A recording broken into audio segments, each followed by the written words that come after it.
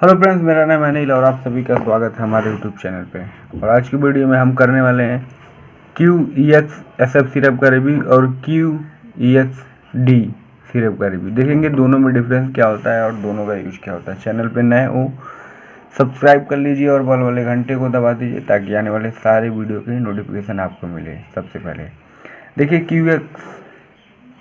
QEX-SF syrup का use किया जाता है बेसिकली खांसी के लिए। ड्राई कफ हो या फिर वेट कफ हो, सूखी खांसी हो तो इस कंडीशन में यूज़ कर सकते हैं, या फिर वेट कफ हो तब भी यूज कर सकते हैं, जो कि शुगर फ्री है। और इसमें क्या डिफरेंस है, शुगर फ्री नहीं होता है। QEX-D जो शुगर फ्री नहीं होता है, QEX-SF सिरप शुगर फ्री होता है।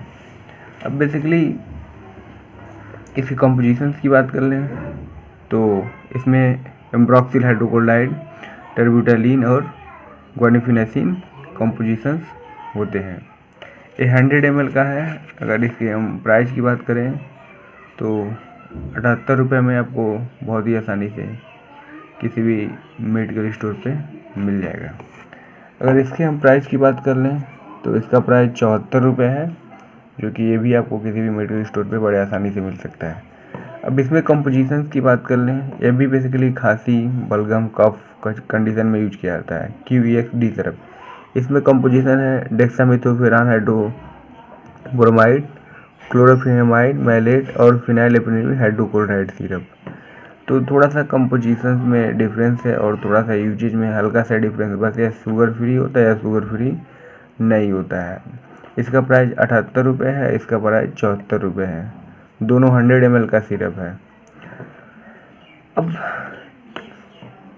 साइड इफ़ेक्ट की बात कर लेते हैं, इसके क्या क्या साइड इफ़ेक्ट हो सकते हैं। तो साइड इफ़ेक्ट की बात करें तो कॉमन साइड इफ़ेक्ट देखने को मिल जाएगा, nausea, vomiting, headache, allergic reaction. ये बेसिकली कॉमन साइड इफ़ेक्ट दोनों सिरप को देखने को मिल जाएगा। अब फ्रेंड्स हम बात कर लें डोजेज की बात कर लेंगे तो देखिए इसमें क्या होता है, जो हमारा है ऊपर का एक कैप होता है, जैसे ml मीटर करते हैं, तो इसमें आपका दिया गया है।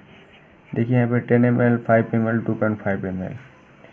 तो अगर 1 ईयर का बच्चा है तो या फिर वो तो इसको आप 2.5 ml दे सकते हैं। अगर 5 ईयर तक है तो 5 ml दे सकते हैं, और 5 ईयर से अब कितना भी हो तो आप उसे 10 ml दे सकते हैं। और बिना डॉक्टर के एडवाइस के आप मत लीजिए। अगर बिना डॉक्टर के एडवाइस के लेंगे तो बड़ी नुकसान हो सकता है। स्टोरेज वगैरह की बात कर लें तो इसको आप रूम टेम्परेचर पे स्टोर कर सकते हैं बड़ी आसानी से कहीं भी। और इसको यूज़ करने से पहले एक बार चेक कर लीजिए कि जो भी इंग्रेडिएंट हो प्रॉपर तरीके से मिक्स हो जाए। तो फ्रेंड्स